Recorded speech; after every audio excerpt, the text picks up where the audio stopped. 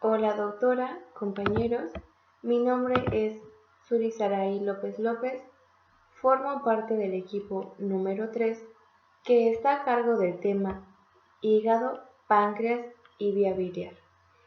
En esta ocasión me enfocaré únicamente en embriología, anatomía, histología y fisiología del hígado.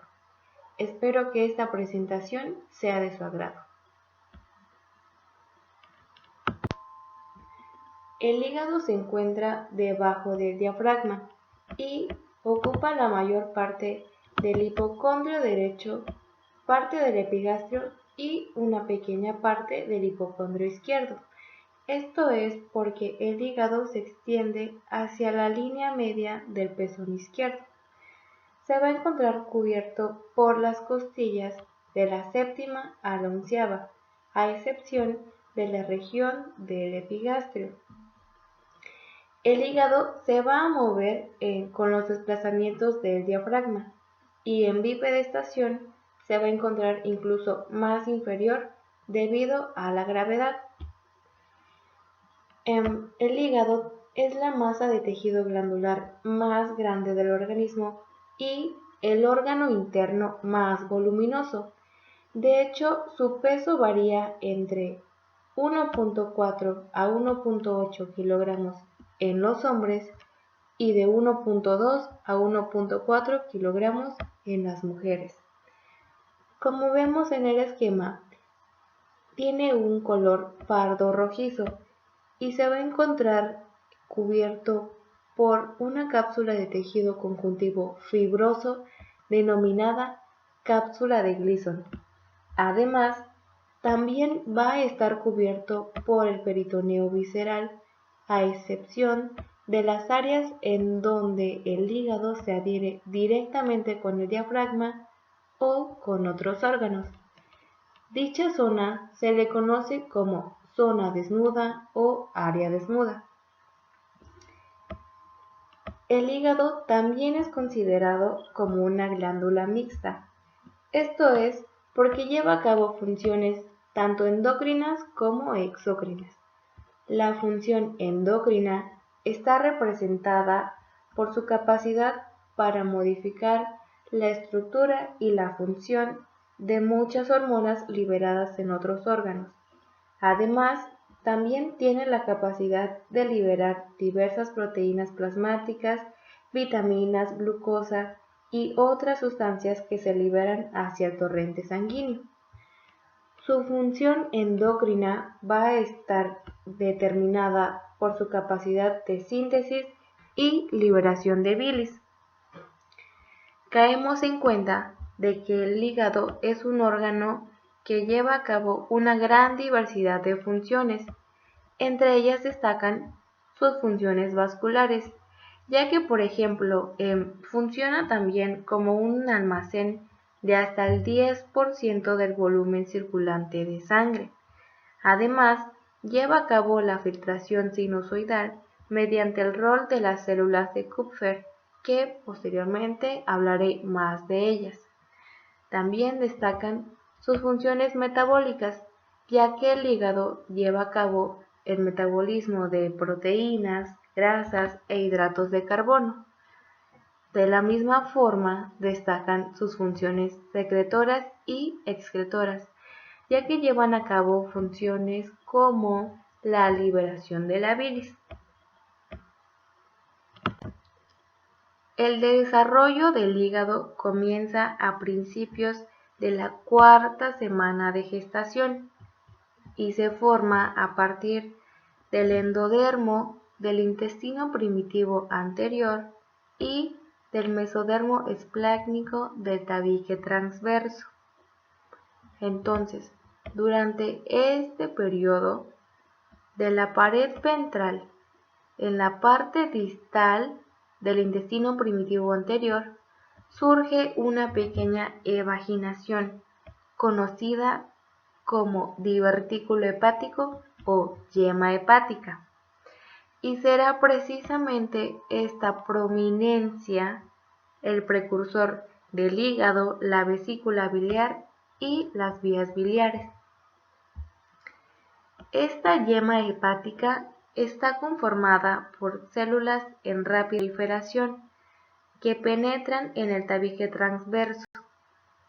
El tabique transverso es esta placa mesodérmica situada entre lo que es el corazón y el intestino primitivo medio en desarrollo.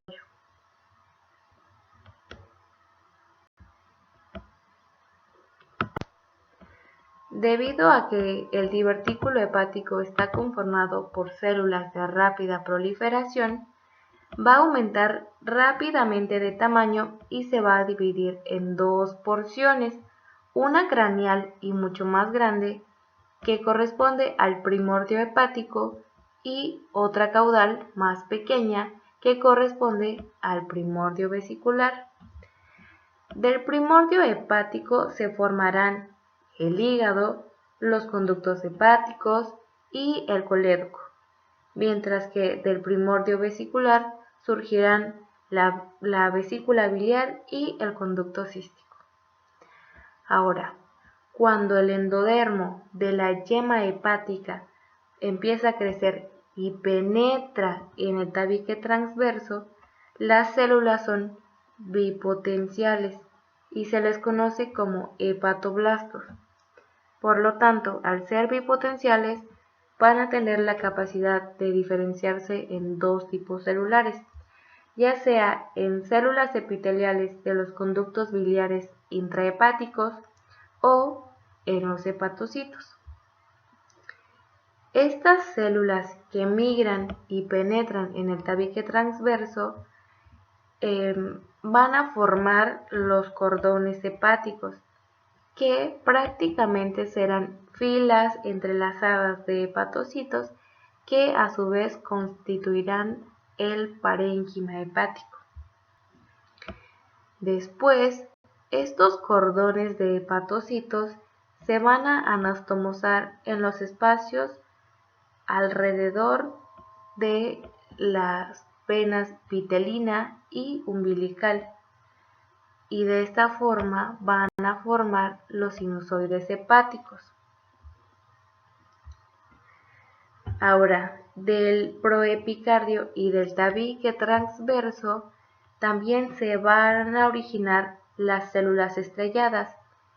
Estas células se encuentran en el espacio de Dis, que posteriormente hablaré de él, y se encuentra entre los hepatocitos y el endotelio sinusoidal. Como les mencionaba hace un momento, el mesénquima del tabique transverso se va a diferenciar en el mesogastrio ventral de esta región, en endotelio de los sinusoides hepáticos y en tejido conectivo del hígado.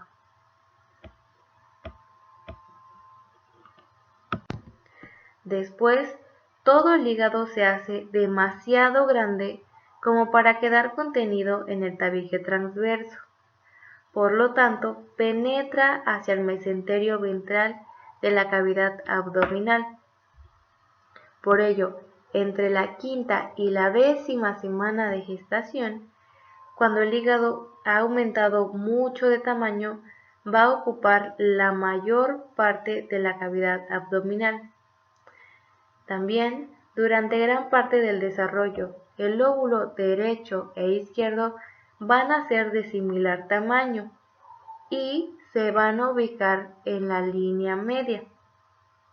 Además, como vimos en la clase anterior, durante estas semanas también ocurren los giros del estómago y del duodeno, y van a ser precisamente estos giros los que van a inducir al hígado a desplazarse hacia la derecha, hasta quedar finalmente alojado en el hipocondrio derecho. Durante gran parte de la etapa embrionaria del hígado, también va a tener una importante función hematopoyética. Y si recordamos nuestras clases de sangre, esta función hematopoyética inicia alrededor de la 6ª semana de gestación y va a ser precisamente esta función la que le va a dar un color rojo brillante al hígado durante esta etapa. Además, el gran tamaño del hígado durante la etapa embrionaria y parte de la fetal se debe precisamente a esta función. De hecho, el peso del hígado en un feto corresponde a aproximadamente el 10% del peso total. Ya. Ahora seguimos con la parte correspondiente a anatomía. En el hígado vamos a encontrar 4 lóbulos: derecho, izquierdo, cuadrado y caudado. Externamente, el hígado se divide en 2 lóbulos anatómicos, uno derecho y uno izquierdo, y 2 lóbulos accesorios, uno cuadrado y uno caudado. También vamos a tener 2 caras, una cara diafragmática y una cara visceral, que van a estar separadas anteriormente por este borde inferior agudo que sigue el reborde costal. ¿Okay? Entonces, la cara diafragmática va a ser anterior, superior, lisa y convexa. Desde aquí vamos a poder ver un gran lóbulo derecho y un lóbulo izquierdo mucho más pequeño. Mientras que la cara visceral va a ser posterior e inferior y va a ser relativamente plana, aunque va a presentar una serie de fisuras e impresiones. Por ejemplo, la fisura portal principal y la fisura umbilical discurren a cada lado de los 2 lóbulos accesorios y están separados por el hilio hepático o hilio portal. Entonces, estas 3 fisuras van a delimitar a los 2 lóbulos accesorios.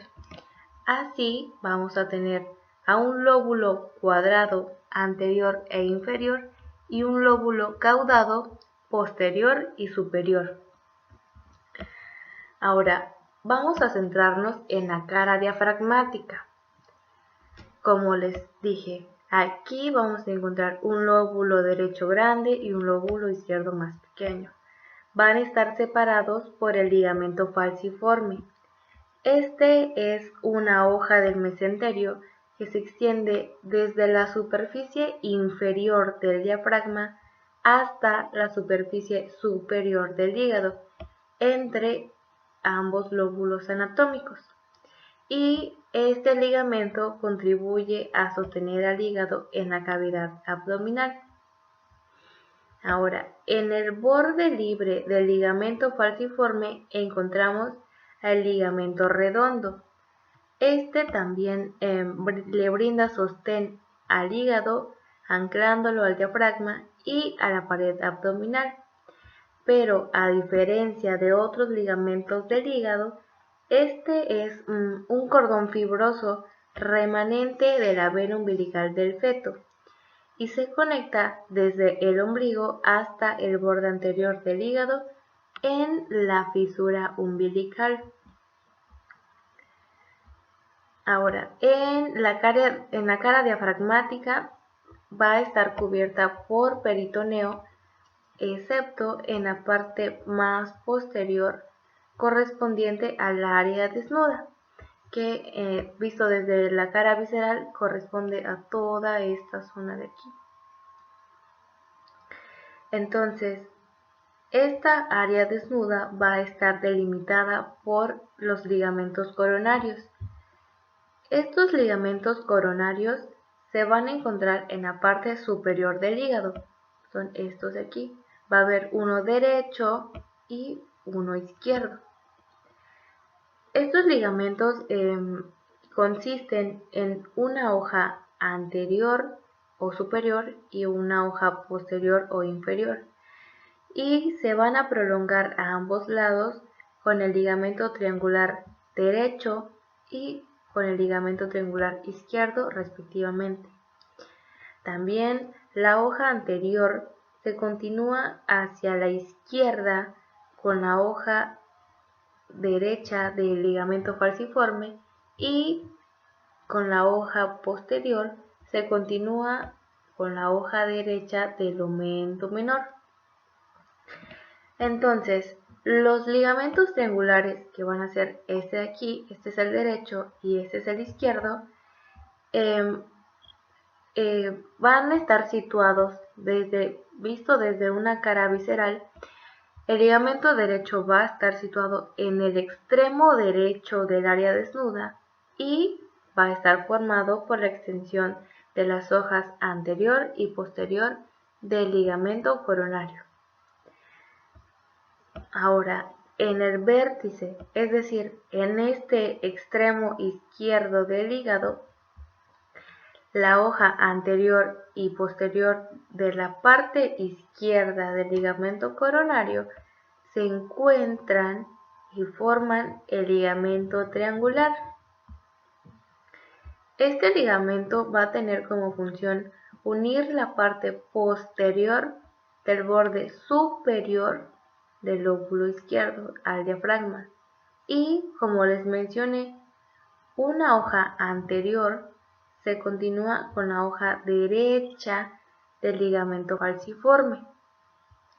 Finalmente tenemos al ligamento venoso, que aunque no tiene una función de fijación hepática, va a conectar la rama izquierda de la vena porta con la vena hepática izquierda, próximo a la unión de la vena cava inferior.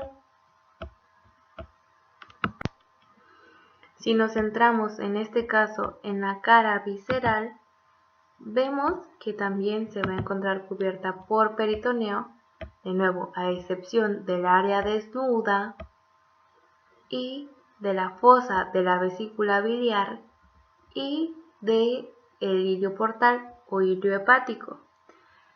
Esta es una fisura transversa que da paso a los vasos.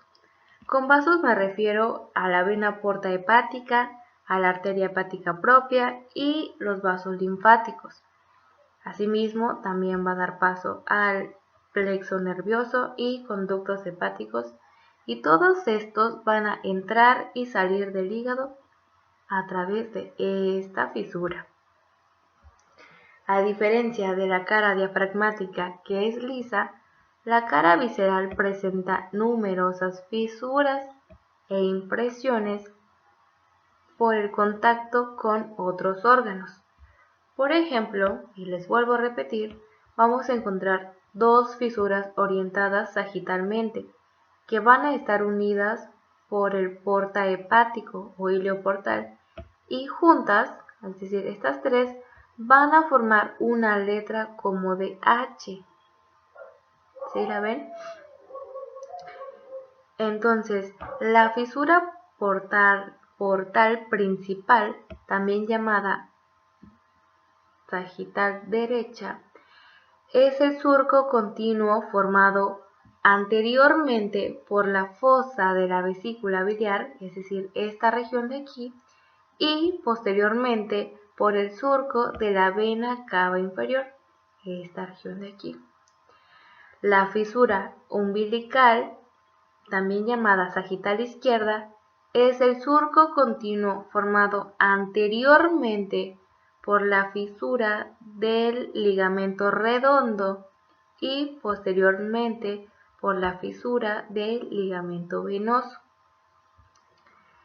Como les acabo de decir, vamos a encontrar un surco profundo para la vena cava y, como vemos en este esquema, va a estar situado en el área desnuda.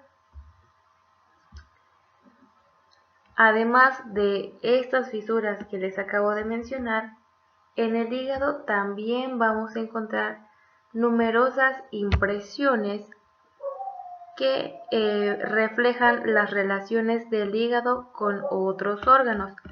Por ejemplo, el lado derecho de la cara anterior del estómago nos va a dejar el área gástrica.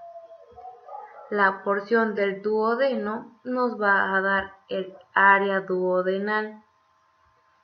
La vesícula biliar, como les mencioné, va a formar la fosa de la vesícula biliar. La flexura cólica derecha y el colon transverso derecho nos van a dar el área cólica en esta región de aquí. Y finalmente, el riñón y la glándula suprarrenal, ambos derechos, nos van a dar el área renal y el área suprarrenal.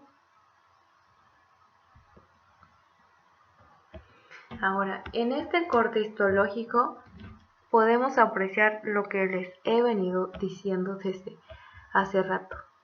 La cápsula fibrosa de Gleason, que en este caso corresponde a la letra C, y en algunas regiones va a estar cubierta por el peritoneo visceral, que en este caso está representado con la flecha con la letra M, derivado de las células mesoteliales que forman parte del peritoneo. Recapitulamos. Desde la cara diafragmática observamos un lóbulo derecho bastante grande, separado del lóbulo izquierdo por el ligamento falciforme. Corresponde a esta estructura de aquí. En la parte inferior observamos que se asoma la vesícula biliar, marcado con la línea número 3. Ahora, en la parte superior observamos el ligamento triangular izquierdo y al lado vemos el gran área descubierta de peritoneo, que como les mencioné, esta zona corresponde a la zona desnuda. En la parte más inferior observamos al ligamento redondo, que como les mencioné se encuentra en el reborde libre del ligamento falciforme. Ahora, visto desde la cara visceral, observamos al lóbulo cuadrado que va a alojar a la vesícula biliar. Superior a este observamos al lóbulo caudado. También vamos a ver al lóbulo izquierdo y al lóbulo derecho. Podemos observar también algunos vasos. Por ejemplo, este corresponde a la vena cava inferior. El número 13 corresponde a la arteria hepática. El número 14 corresponde a la vena porta. El número 15 corresponde al ligamento venoso de Arancio. Finalmente, en la parte más caudal, observamos esta estructura que corresponde también al ligamento triangular izquierdo. El hígado se encuentra organizado estructuralmente por el parénquima, el estroma, los capilares sinusoidales y los espacios perisinusoidales. El parénquima consiste en cordones bastante organizados de hepatocitos, que en el adulto generalmente tienen una sola célula de espesor y van a estar separados por los capilares sinusoidales. Pero en los niños de hasta 6 años de edad, estos hepatocitos se distribuyen en cordones de hasta 2 células de espesor. El estroma va a ser tejido conjuntivo que se continúa con la cápsula fibrosa de Gleason. Aquí vamos a encontrar vasos sanguíneos, nervios, vasos linfáticos y conductos biliares que discurren dentro del estroma del tejido conjuntivo. Los capilares sinusoidales, también llamados sinusoides hepáticos, que conforman el conducto vascular entre los cordones de los hepatocitos. Los espacios perisinusoidales, también llamados espacios de Dis, que estos se van a encontrar entre el endotelio y las membranas de los hepatocitos. En este corte histológico podemos apreciar claramente el parénquima hepático que corresponde a toda esta región de aquí y a toda esta región de aquí también. También encontramos el tejido conectivo, que está asociado con el estroma, y como les mencioné, dentro del estroma vamos a encontrar numerosos vasos sanguíneos. Por ejemplo, aquí observamos la arteria hepática y el conducto biliar.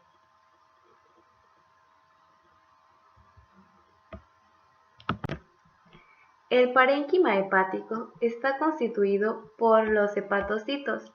Estas son células bastante grandes, de hecho miden entre 20 y 30 micrómetros.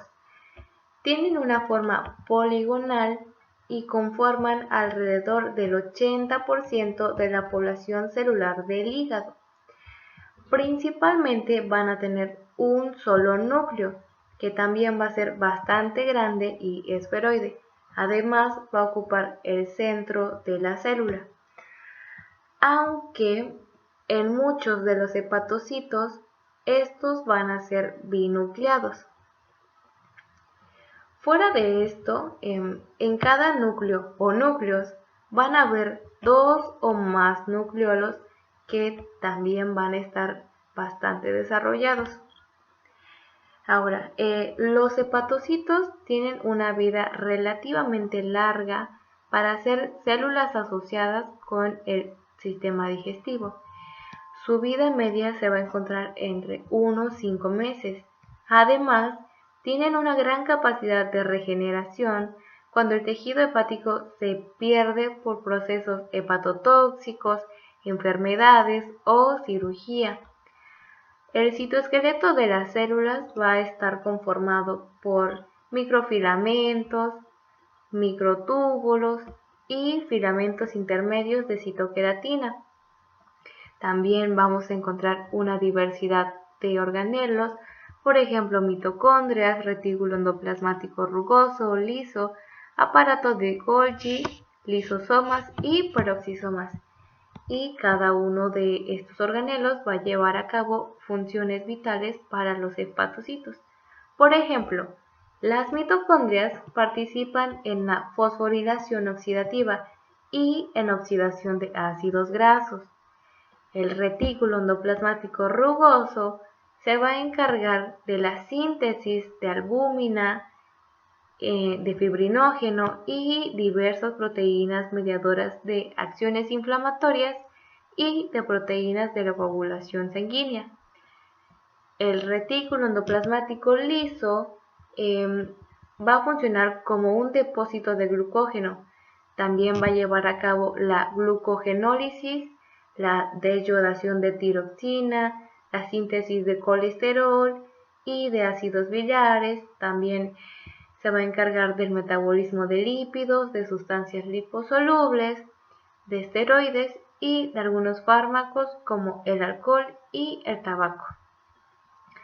El aparato de Golgi realiza el transporte de lípidos hacia el plasma y también va a producir algunas glucoproteínas. Los lisosomas poseen alrededor de 30 enzimas que precisamente son las responsables del catabolismo de cuerpos envejecidos y de cuerpos extraños y también de depositar hierro. Finalmente, los peroxisomas, estos van a metabolizar las purinas, los lípidos del alcohol y el peróxido de hidrógeno. Van a participar también en la gluconeogénesis y en la beta-oxidación de los ácidos grasos de cadena larga, que posteriormente, cuando hablemos más de fisiología, me voy a enfocar en esto.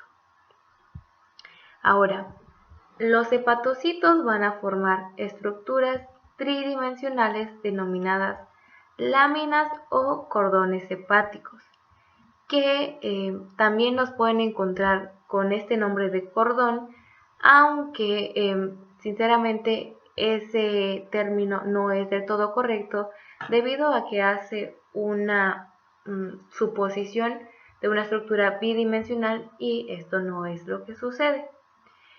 Entonces, a estas láminas de hepatocitos, que van a ser del grosor de una sola célula, van a estar limitados a cada lado por los sinusoides hepáticos, como está bien representado en este esquema.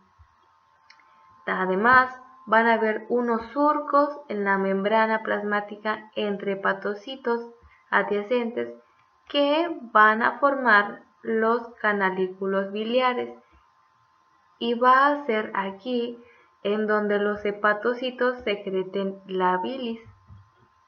Como les digo, se van a encontrar formando estructuras laminares de hepatocitos. ¿Ok? En este corte histológico podemos apreciar claramente lo que les acabo de mencionar. Los hepatocitos van a ser células grandes, de forma poligonal. Van a tener un abundante citoplasma acidófilo. Su núcleo vemos que va a ser esférico, central.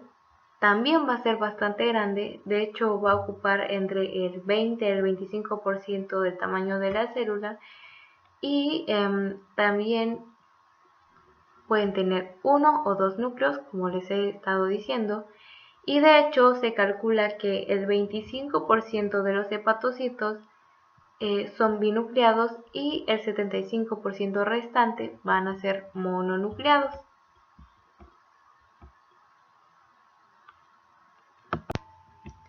Un canalículo biliar es un pequeño canal formado por los surcos yuxtapuestos en la superficie de los hepatocitos adyacentes. Por ejemplo, en este esquema están representados como estas ramificaciones verdes, y como les menciono, se van a encontrar entre los surcos de las membranas adyacentes de los hepatocitos. Estos van a ser las ramas más pequeñas del árbol biliar y van a ser por donde los hepatocitos secreten la bilis. Tienen un diámetro luminal de 0.5 micrómetros y van a estar aislados del resto del compartimiento intercelular por uniones estrechas o ocludens. El flujo biliar es centrífugo, es decir, que va desde la región de la vénula hepática terminal, también llamada vena central, ahorita les explico por qué, y entonces va a ir desde la vénula hepática terminal hacia el conducto portal y va a ser en sentido opuesto al flujo sanguíneo.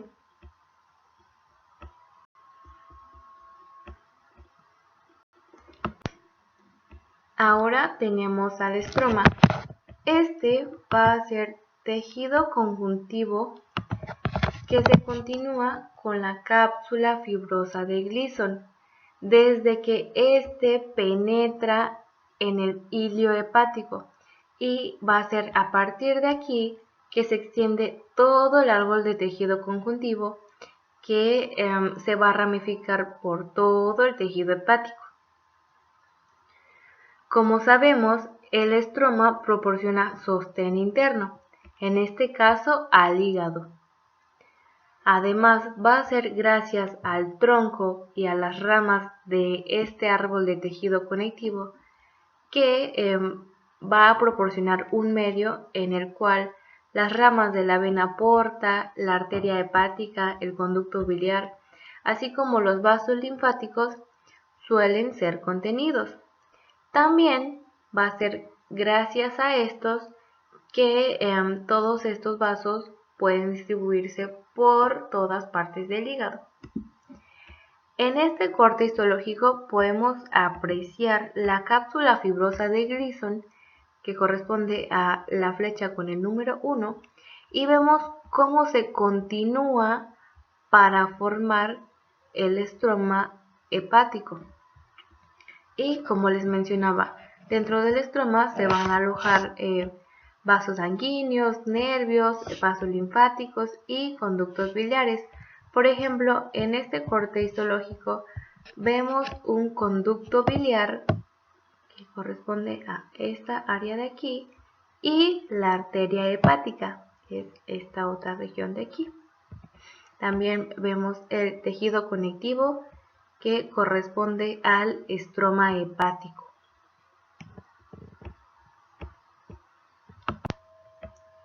Los sinusoides hepáticos, como todos los sinusoides, van a estar revestidos por un endotelio discontinuo y delgado.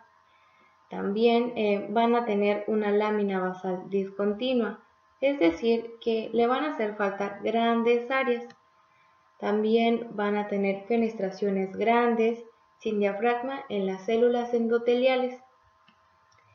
Estos sinusoides hepáticos van a estar situados entre las filas de los hepatocitos.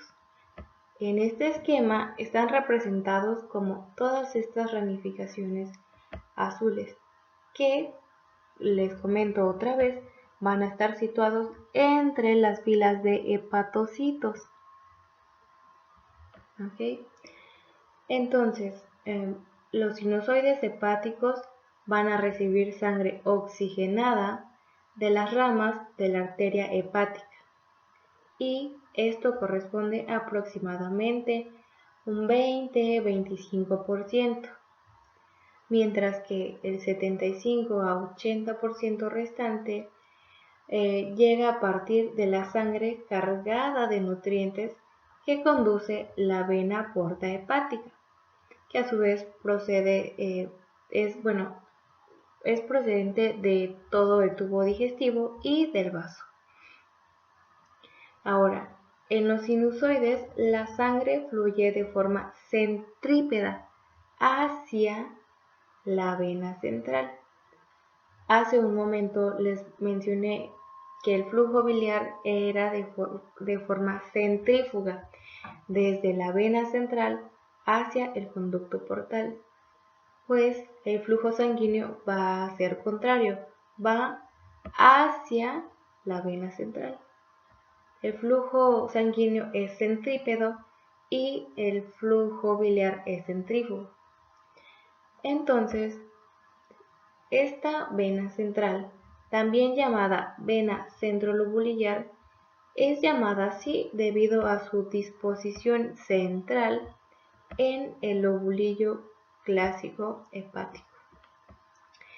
Sin embargo, esta vénula es una vénula terminal del sistema de venas hepáticas y por lo tanto también es apropiado llamarla vénula hepática terminal. Bueno, después de esta pequeña aclaración, esta vénula hepática va a ir aumentando su calibre a medida que avanza a través del lobulillo y va a desembocar en venas sublobulillares. Varias venas sublobulillares van a converger para formar las venas hepáticas, más grandes, que extraen sangre del hígado desde su parte posterior para después drenarla en la vena cava inferior. Por otro lado, los sinusoides hepáticos se diferencian de otros sinusoides también por la presencia de los macrófagos hepáticos, también llamadas células de Kupffer. Estas células son un componente habitual del revestimiento de estos vasos y tienen como función la de destruir leucocitos y eritrocitos dañados o envejecidos, bacterias y otras materias extrañas de la sangre venosa que drenan desde el tubo digestivo. Finalmente, el espacio de Dis, también llamado espacio perisinusoidal, se encuentra entre la superficie basal de los hepatocitos, las células endoteliales y las células de Kupffer que revisten a los sinusoides. Este va a ser el sitio de intercambio de materiales entre la sangre y los hepatocitos. En este espacio también se van a proyectar estas pequeñas microvellosidades irregulares de los hepatocitos. Y van a ser precisamente estas microvellosidades que van a incrementar hasta 6 veces la extensión de la superficie disponible para el intercambio de sustancias entre los hepatocitos y el plasma sanguíneo. Y como recordarán, los sinusoides tienen grandes brechas en la capa endotelial y una lámina basal discontinua, pues en realidad no existe una gran barrera entre la sangre del sinusoide y la membrana plasmática del hepatocito. De hecho, las proteínas y las lipoproteínas sintetizadas por los hepatocitos se transfieren a la sangre a través del espacio perisinusoidal. De hecho, todas las secreciones hepáticas siguen este mecanismo a excepción de la bilis. En este corte histológico podemos apreciar diferentes sinusoides. Por ejemplo, el área que se encuentra aquí corresponde a un sinusoide hepático. En él vamos a encontrar células endoteliales como por ejemplo esta de aquí. Entonces, como les mencionaba, los espacios de Dis se van a encontrar entre las células endoteliales y la superficie basal de los hepatocitos. Por lo tanto, esta superficie que se encuentra aquí corresponde a un espacio de Dis.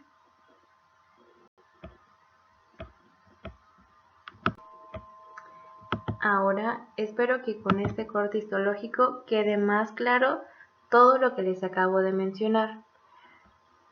La letra A, que señala a esta región de aquí, corresponde al espacio de Dis, que, repito, se va a encontrar entre las células endoteliales de los sinusoides hepáticos y las superficies basales de los hepatocitos. Entonces, la letra B corresponde a un sinusoide hepático. La letra C obviamente corresponde a un hepatocito, pero notamos de que en este caso se trata de un hepatocito binucleado. La letra C corresponde a un canalículo biliar, que como les había mencionado se va a encontrar entre los surcos formados por las membranas plasmáticas adyacentes de los hepatocitos. Finalmente, la letra E señala a una célula de Kupffer.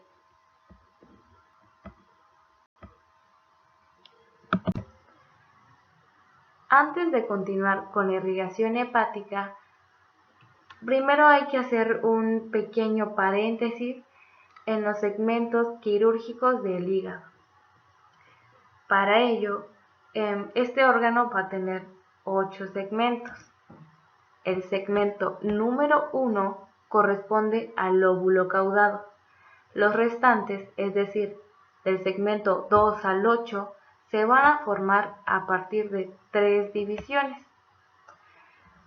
La primera división va a estar dada según la división primaria de la tríada portal. Es decir, vamos a tener una porción derecha y una porción izquierda, al igual que dos ramas de la tríada portal, una rama derecha y otra rama izquierda. Entonces, en la cara visceral, la fisura que va a delimitar las porciones derecha e izquierda va a ser la fisura portal principal, también llamada fisura sagital derecha, que en este esquema, aunque estamos viendo al hígado desde una vista anterior, podemos observar la representación de la fisura portal principal y que va a alojar la vena hepática intermedia, también llamada vena hepática media. Entonces, en la cara diafragmática, la fisura que va a dividir estas dos porciones es en realidad la extrapolación de una línea imaginaria llamada línea de Cantley, que va desde la fisura de la vesícula biliar hacia la vena cava inferior, que si recuerdan bien, hace algunas diapositivas atrás, les mencioné que la fisura portal principal corresponde precisamente a esa región. Por lo tanto, la línea de Cantley es en sí la extrapolación de la fisura portal principal desde la cara visceral hacia la cara diafragmática. Ahora, estas dos porciones, derecha e izquierda, se van a volver a dividir verticalmente en porciones mediales y laterales. Las porciones que se encuentran más cercanas a la línea media, obviamente van a ser las porciones mediales. Las porciones que se encuentren más alejadas de la línea media corresponden a las porciones laterales. Ahora, las fisuras que van a dividir en porción medial y lateral va a ser la fisura portal derecha y la fisura umbilical. Entonces, en la fisura portal derecha se va a alojar la vena hepática derecha y en la fisura umbilical se va a alojar la vena hepática izquierda. Cada una de estas cuatro divisiones, es decir, la división medial derecha, la división medial izquierda, la división lateral izquierda y la división lateral derecha, van a recibir ramas secundarias de la tríada portal. Pero tranquilos, aún hay más. En el plano hepático transverso, las ramas de la tríada portal van a dividir 3 de estas 4 porciones en porción posterior y anterior. De esta manera vamos a tener 6 segmentos hepáticos más. Se van a dividir todos excepto la porción medial izquierda. Por lo tanto, finalmente vamos a tener 8 segmentos numerados en sentido horario. Desde una vista anterior, solo podemos ver 7 de estos 8 segmentos, debido a que, como les mencioné, el segmento número 1 corresponde al lóbulo caudado y este se encuentra en la cara visceral. Por lo tanto, el segmento número 2 va a ser el segmento posterior lateral izquierdo. El número 3 será el segmento anterior lateral izquierdo. El 4 corresponde al segmento medial izquierdo. El 5 corresponde al segmento anterior medial derecho. El segmento 6 anterior lateral derecho.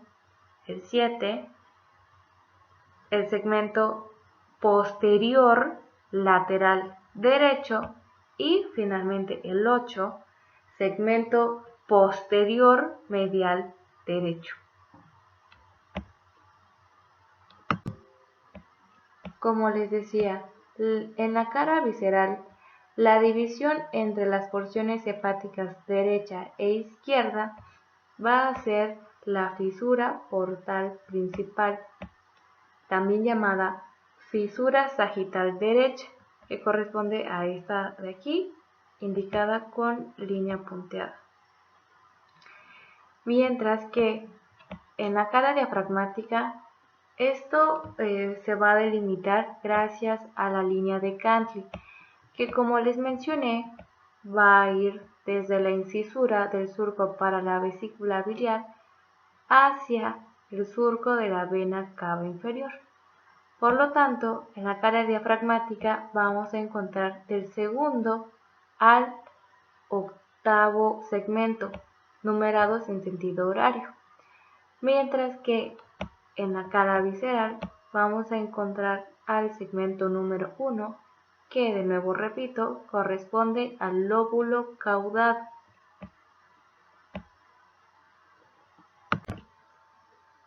Ahora sí, después de nuestro pequeño paréntesis, podemos continuar con la irrigación hepática. Así como pasaba en los pulmones, el hígado también va a recibir sangre de dos fuentes. Va a tener una fuente venosa determinada por la vena porta hepática y una fuente arterial determinada por la arteria hepática propia. La fuente venosa va a ser la mayor. En esta vena porta hepática circula entre el 75 a 80% de la sangre que llega al hígado. Esta vena porta va a llegar hasta los sinusoides del hígado y va a transportar prácticamente todos los nutrientes absorbidos en el tubo digestivo. Esta vena porta es corta y ancha.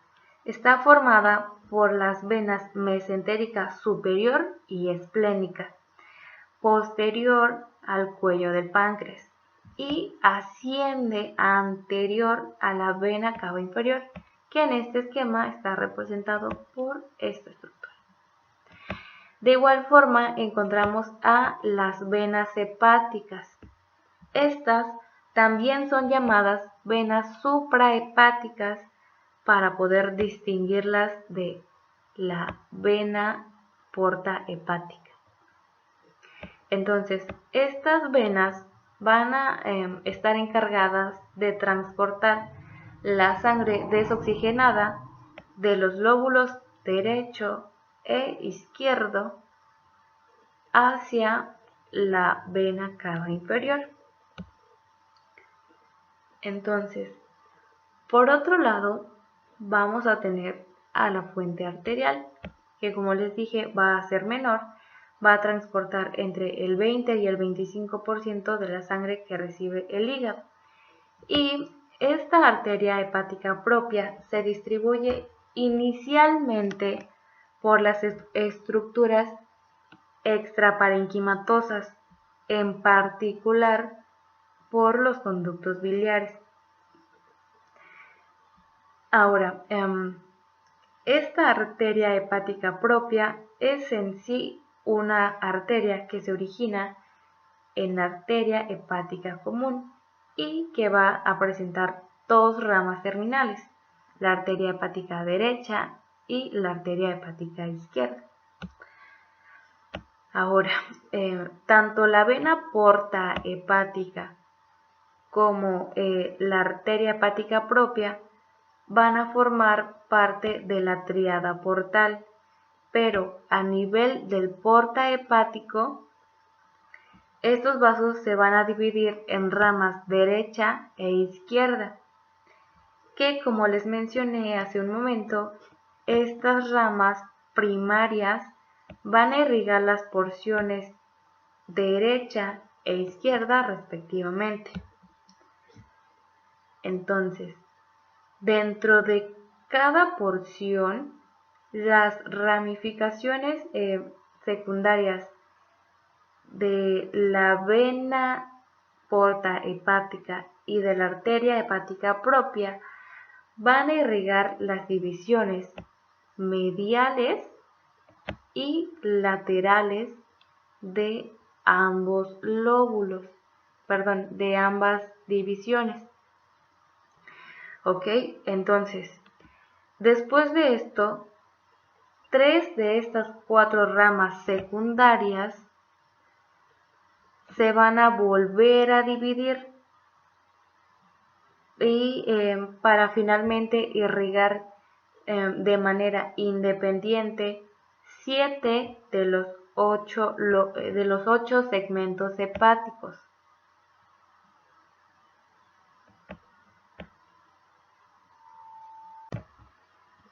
El hígado también va a ser un órgano importante productor de linfa. De hecho, se calcula que entre el 25 al 50% de la linfa que recibe el conducto torácico procede precisamente de este órgano. En el hígado vamos a encontrar dos tipos de vasos linfáticos. Los vasos linfáticos profundos, que acompañan las ramificaciones de la tríada portal y las venas hepáticas, y los vasos linfáticos superficiales, que se encuentran en la cápsula fibrosa de Gleason. Sin embargo, estos dos vasos van a converger a nivel del hilio hepático. Ahora, la mayor parte de la linfa se forma en los espacios perisinusoidales, también llamados espacios de Dis. De aquí se van a drenar a los vasos linfáticos profundos, que como les acabo de mencionar, van a estar en las tríadas portales vecinas. Por otro lado, tenemos a los vasos linfáticos superficiales, que se encuentran en la superficie anterior de la cara diafragmática y de la cara visceral.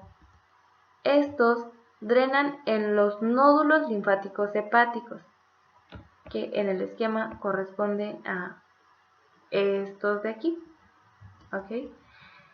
Estos nódulos linfáticos hepáticos se distribuyen a lo largo de los vasos y conductos hepáticos en el omen menor. Después, los vasos linfáticos eferentes, que proceden precisamente de estos nódulos linfáticos hepáticos, van a drenar en los nódulos linfáticos celíacos, que son estos otros de aquí, y estos a su vez van a drenar en la cisterna del quilo. Esta cisterna es un saco dilatado en el extremo inferior del conducto torácico. Por otro lado, tenemos a los vasos linfáticos que provienen de la superficie posterior de la cara diafragmática y visceral, son estos de aquí, y van a drenar en el área desnuda del hígado. Y aquí van a tener dos caminos: o drenan en los nódulos linfáticos frénicos o se unen a los vasos linfáticos profundos. Y estos vasos van a acompañar a las venas hepáticas, que convergen en la vena cava inferior. Luego pasan con esta vena a través del diafragma para finalmente drenar en los nódulos linfáticos mediastínicos posteriores.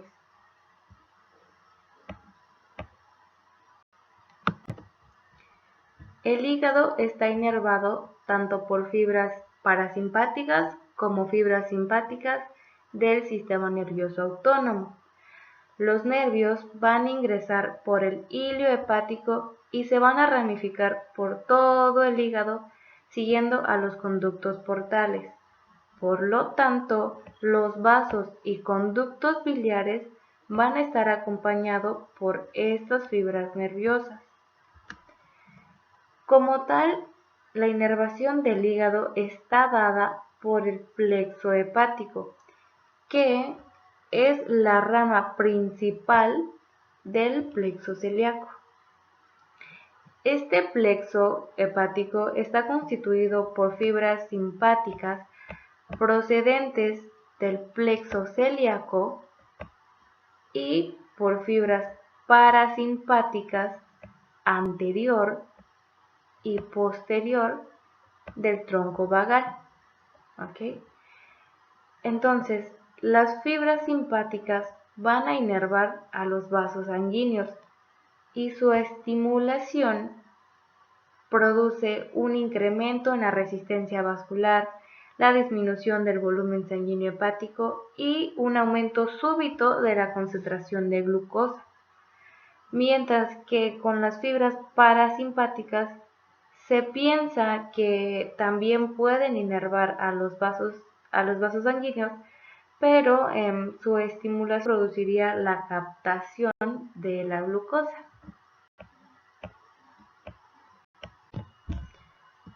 Existen tres formas de describir al hígado en términos de unidades funcionales. Por lo tanto, vamos a encontrar al lobulillo clásico, el lobulillo portal y el acino hepático. Así que vamos a comenzar con el lobulillo clásico. Este modelo es la forma tradicional de describir la organización del parénquima hepático.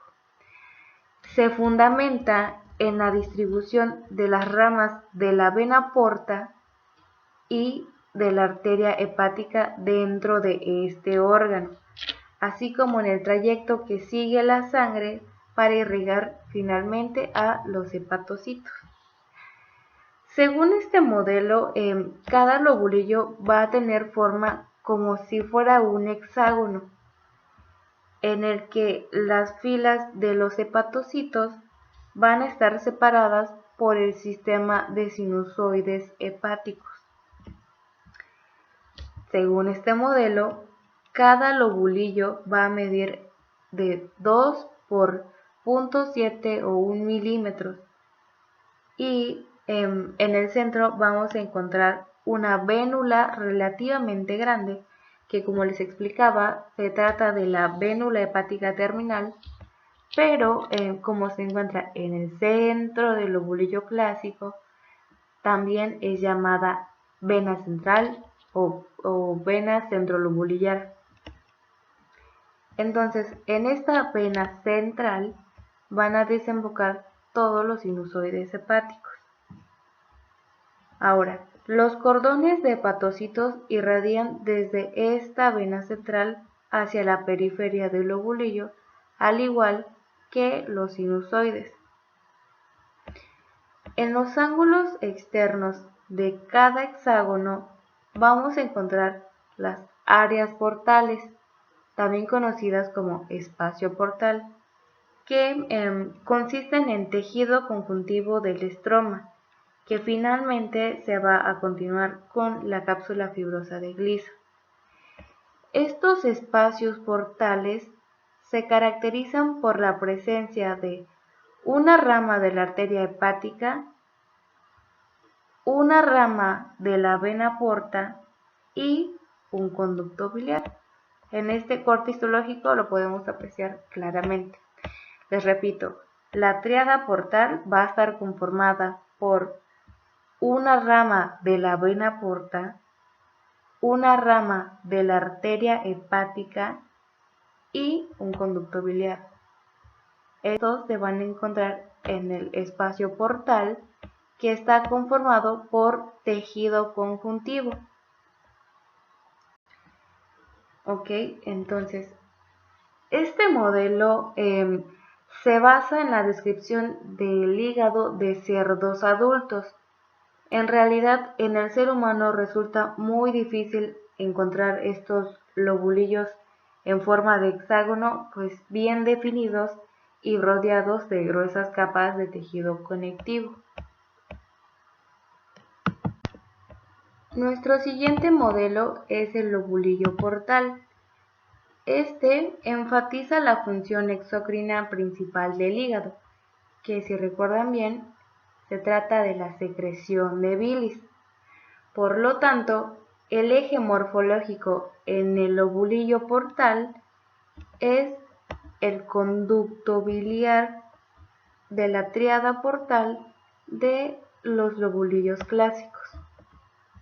Entonces, según este modelo, los bordes externos van a ser líneas imaginarias trazadas entre las tres venas centrales más cercanas al conducto biliar. Estas líneas van a definir un lobulillo más o menos triangular, que incluye porciones de tres lobulillos clásicos contiguos que van a secretar la bilis hacia el conducto biliar que se encuentra en el centro. Hay que señalar que como tal, este modelo no ha ganado mucha aceptación.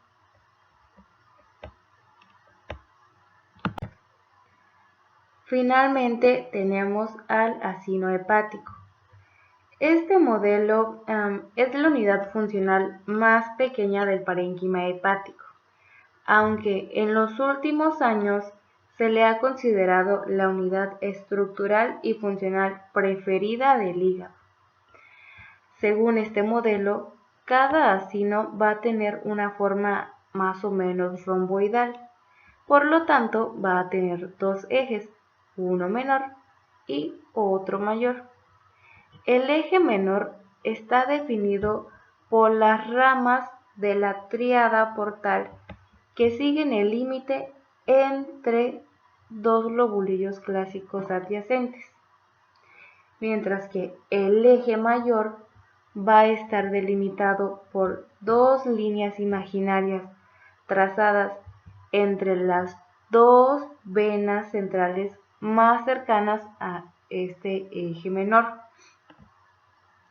Por lo tanto, este modelo también va a ocupar partes de los lobulillos clásicos contiguos.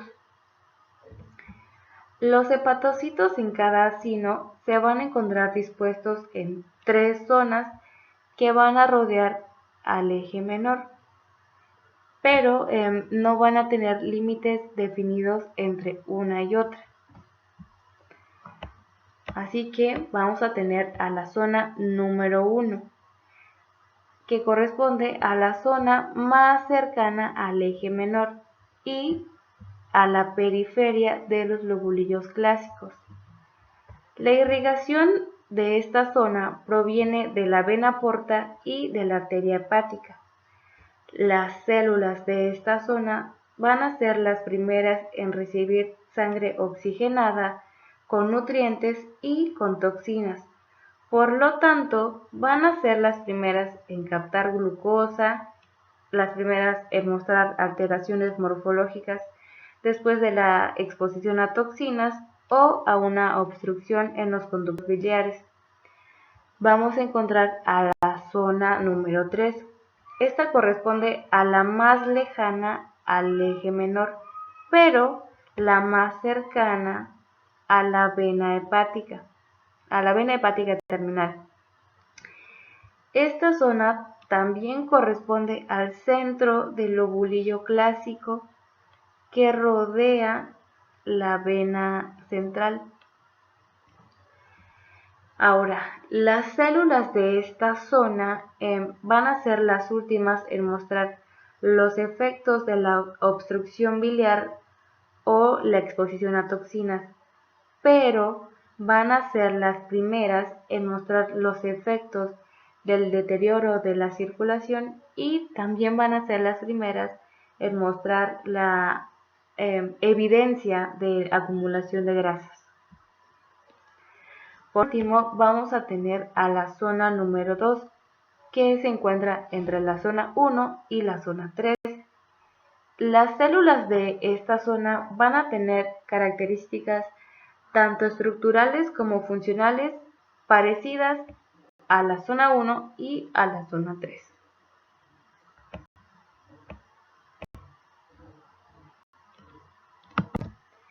En este corte histológico podemos apreciar las tres maneras de describir la estructura del hígado en términos de unidades funcionales.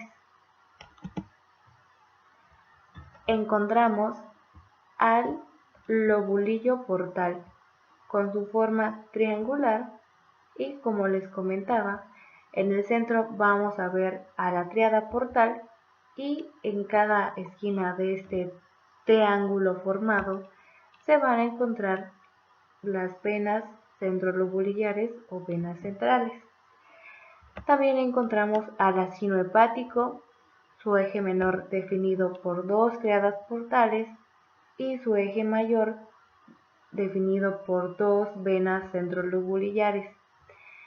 Finalmente encontramos al lobulillo clásico, que como les mencionaba, en un humano es muy difícil encontrar esta estructura de un hexágono delimitado perfectamente. Por lo tanto, el modelo más utilizado actualmente es el acino hepático. Además de su función exócrina, que repito, es la secreción de la bilis, necesario para la degradación de grasas de la dieta, el hígado también lleva a cabo muchas otras funciones vitales, por ejemplo, funciones metabólicas. Así que vamos por partes e iniciamos con el metabolismo de hidratos de carbono. Este hígado es sumamente importante para mantener el nivel normal de glucosa en sangre.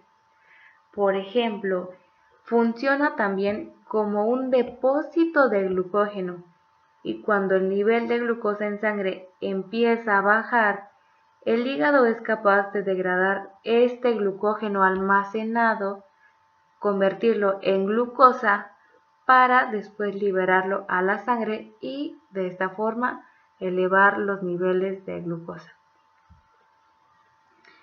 El hígado también tiene la capacidad de convertir ciertos aminoácidos y el ácido láctico en glucosa. Dicho proceso se le conoce como gluconeogénesis. Este órgano también es capaz de convertir diversos azúcares a glucosa, como por ejemplo la fructosa y la galactosa.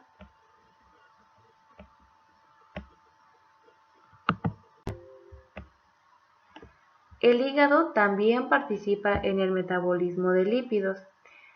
Aquí se va a encargar de la oxidación de ácidos grasos para proveer energía a otras funciones corporales, de la síntesis de grandes cantidades de colesterol, fosfolípidos y casi todas las lipoproteínas y de la síntesis de grasa a partir de proteínas y de hidratos de carbono. De hecho, casi toda la síntesis de lípidos del organismo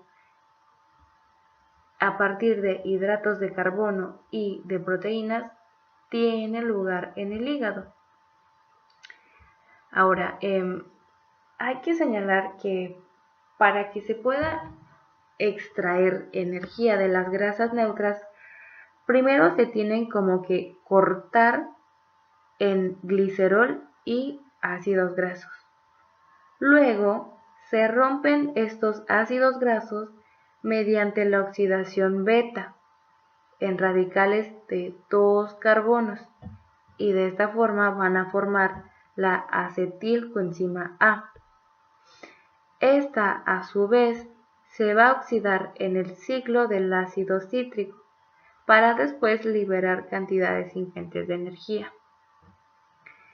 Entonces, la oxidación beta como tal puede ocurrir en todas las células del organismo, pero lo especial del hígado es que aquí sucede de una forma muy rápida y esto es porque el hígado como tal no puede utilizar toda la acetilcoenzima formada. En su lugar la transforma en ácido acetoacético, que es un ácido muy simple y soluble. Este ácido de las células hepáticas va a pasar al líquido extracelular y luego es transportado por el organismo y absorbida por las células de los demás tejidos. El ácido acetoacético se libera a torrente sanguíneo como fuente de energía principalmente en periodos de ayuno, ejercicio o como resultado de la diabetes tipo 1. Por esta razón, se dice que el hígado se responsabiliza de una parte esencial del metabolismo de grasas. Ahora, cerca del 80% del colesterol que se sintetiza en el hígado se convierte en sales biliares que van a ser segregadas hacia la bilis. El resto se va a transportar junto con las lipoproteínas por la sangre hacia las células de los tejidos. Los hepatocitos también van a sintetizar fosfolípidos que de igual forma se van a transportar con las lipoproteínas. Finalmente, los hepatocitos van a sintetizar ácidos grasos para que después estos sean transportados también junto con las lipoproteínas hacia el tejido adiposo para su almacenamiento. El hígado también va a participar en el metabolismo de proteínas. Los hepatocitos desaminan aminoácidos, es decir, los hepatocitos van a eliminar el grupo amina de los aminoácidos para que después estos puedan ser utilizados en la producción de ATP o convertirse en carbohidratos o en grasas. La síntesis hepática de urea elimina el amoníaco en los líquidos corporales. La urea es muchísimo menos tóxica y es secretada por la orina. Por lo tanto, si el hígado no sintetiza urea, la concentración plasmática de amoníaco aumentaría con rapidez y provocaría un coma hepático y la muerte. Los hepatocitos también se van a encargar de sintetizar la mayor parte de proteínas del plasma que circulan en el organismo. Por ejemplo, la albúmina. Esta proteína participa en la regulación del volumen plasmático y en el mantenimiento de la presión oncótica del plasma. Los hepatocitos también van a sintetizar lipoproteínas, especialmente las de muy baja intensidad, que, como acabamos de ver, participan en el transporte de triglicéridos desde el hígado hacia otras células de otros órganos. Van a sintetizar también glucoproteínas que participan en el transporte de hierro, como por ejemplo la aptoglobina, la transferrina y la hemopexina. Van a sintetizar también proteínas importantes en la cascada de la coagulación, por ejemplo, la protrombina, el fibrinógeno, los factores 7, 9 y 10, entre otros. Van a sintetizar algunas globulinas no inmunitarias, como la globulina alfa y la globulina beta. Ambas tienen como función transportar varias sustancias y también ayudan a mantener la presión oncótica del plasma. De hecho, la síntesis de proteínas por los hepatocitos es tanta que se calcula que se producen con un ritmo de 15 a 50 gramos al día y aproximadamente un 90% de todas estas proteínas que se sintetizan en el hígado se fabrican en los hepatocitos. Ahora, otra de las funciones principales del hígado consiste en la síntesis entre los diferentes aminoácidos y otros compuestos importantes para los procesos vitales. Por ejemplo, todos los aminoácidos no esenciales, como la alanina, la arginina, la glicina, la prolina, todos estos pueden ser sintetizados en el hígado, porque este órgano tiene la capacidad de producir estos aminoácidos aun cuando no los obtengamos de la ingesta directa de una dieta.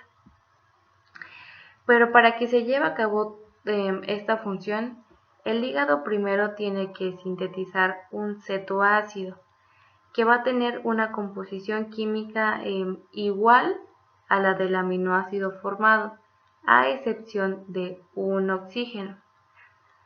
Luego, a través de una serie de pasos conocidos como transaminación, como su nombre indica, se transfiere un radical amino desde el aminoácido disponible hasta el cetoácido que va a ocupar el lugar del oxígeno cetónico.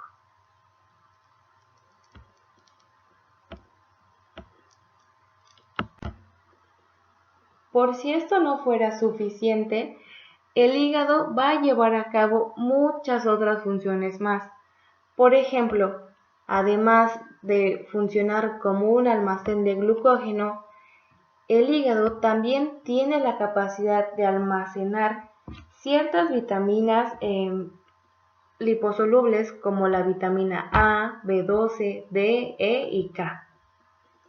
Con respecto a la vitamina K, el hígado va a desempeñar un papel muy importante en la captación, almacenamiento y mantenimiento de las concentraciones circulantes de esta vitamina.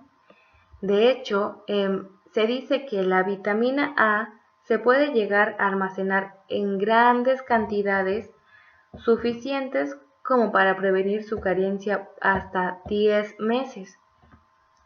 Pero, como les digo, esta no va a ser la única vitamina almacenada, ya que, por ejemplo, también vamos a encontrar una gran reserva de vitamina B12, que serían cantidades suficientes como para prevenir su ausencia durante un periodo de mínimo un año.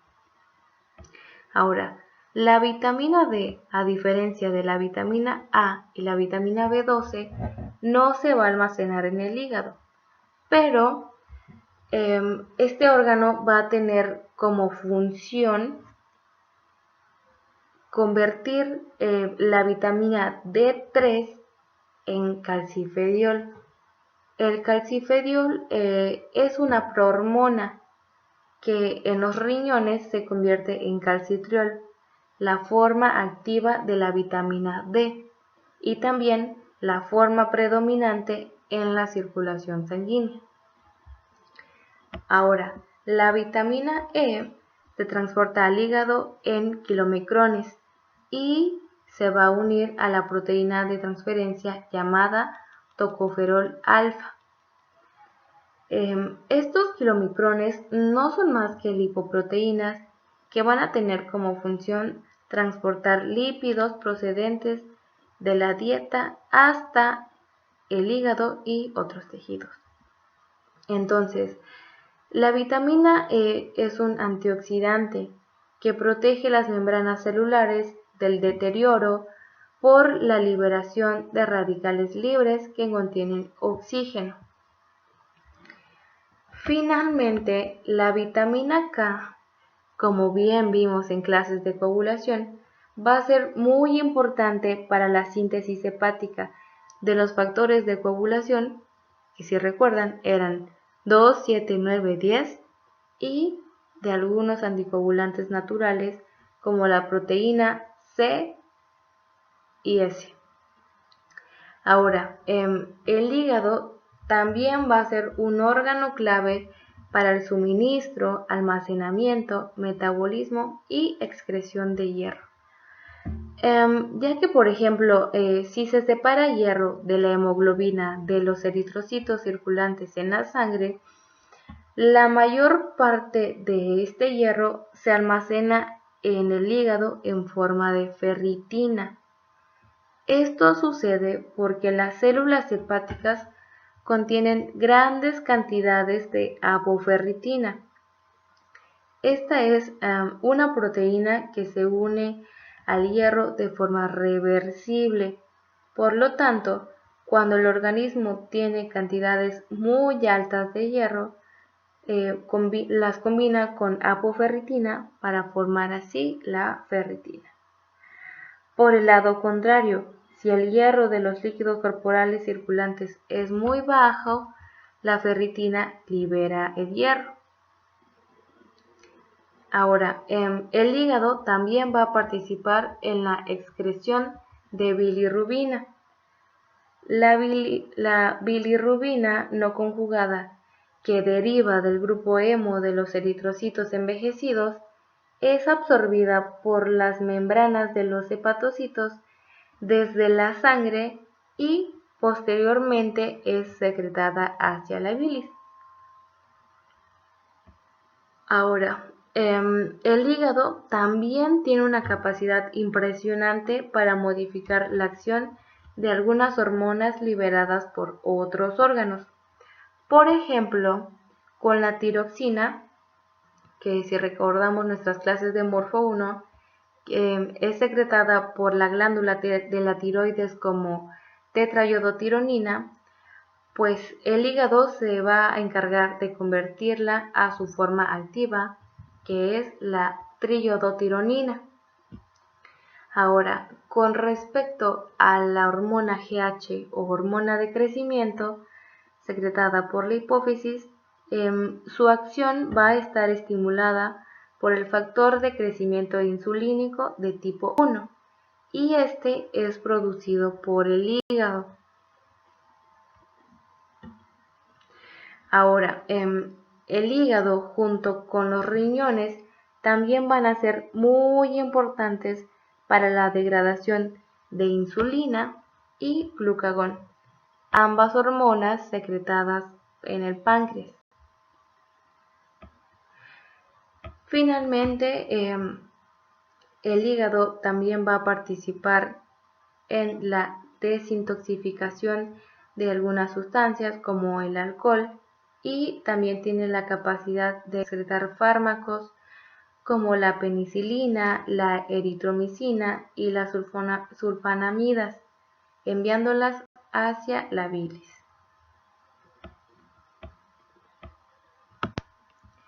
Como les decía, el hígado se va a encargar de la degradación de muchos fármacos, toxinas y otras proteínas extrañas al organismo. Esto porque muchos fármacos o toxinas no son hidrófilos y por lo tanto los riñones no pueden eliminarlos con eficacia de la circulación. Para ello, los hepatocitos convierten estas sustancias en formas más solubles. Este proceso se divide en dos fases. La fase 1 o fase de oxidación comprende la hidroxilación, es decir, la adición de un grupo hidroxilo, y la carboxilación, la adición de un grupo carboxilo a un compuesto extraño. Esta fase ocurre en el retículo endoplasmático liso y en las mitocondrias del hepatocito. Este mecanismo en sí incluye una serie de reacciones bioquímicas con unas proteínas que en conjunto se les denomina citocromo P450. Este procesamiento produce un aumento importante en radicales libres. De hecho, entre más radicales libres se generen, más toxinas se desactivan. Ahora, la siguiente fase es la fase 2 o fase de conjugación. Se produce a través de las enzimas transferasas, convirtiendo las toxinas a elementos inertes. Para ello, se debe de unir con un ácido glucurónico, lisina o taurina, que obviamente deben de existir en suficiente cantidad para que haya un correcto funcionamiento. Este proceso transforma al producto de la fase número 1 en formas muchísimo más hidrosolubles, de modo que éstas puedan ser eliminados con mayor rapidez a través de distintas vías, ya sea de heces o la orina principalmente. Esto sería todo de mi parte. Muchas gracias. En caso de haber alguna duda o aclaración, pueden enviarme algún correo o escribirme un mensaje por Classroom o directamente a mi número. Estas son las bibliografías utilizadas durante mi presentación. Gracias.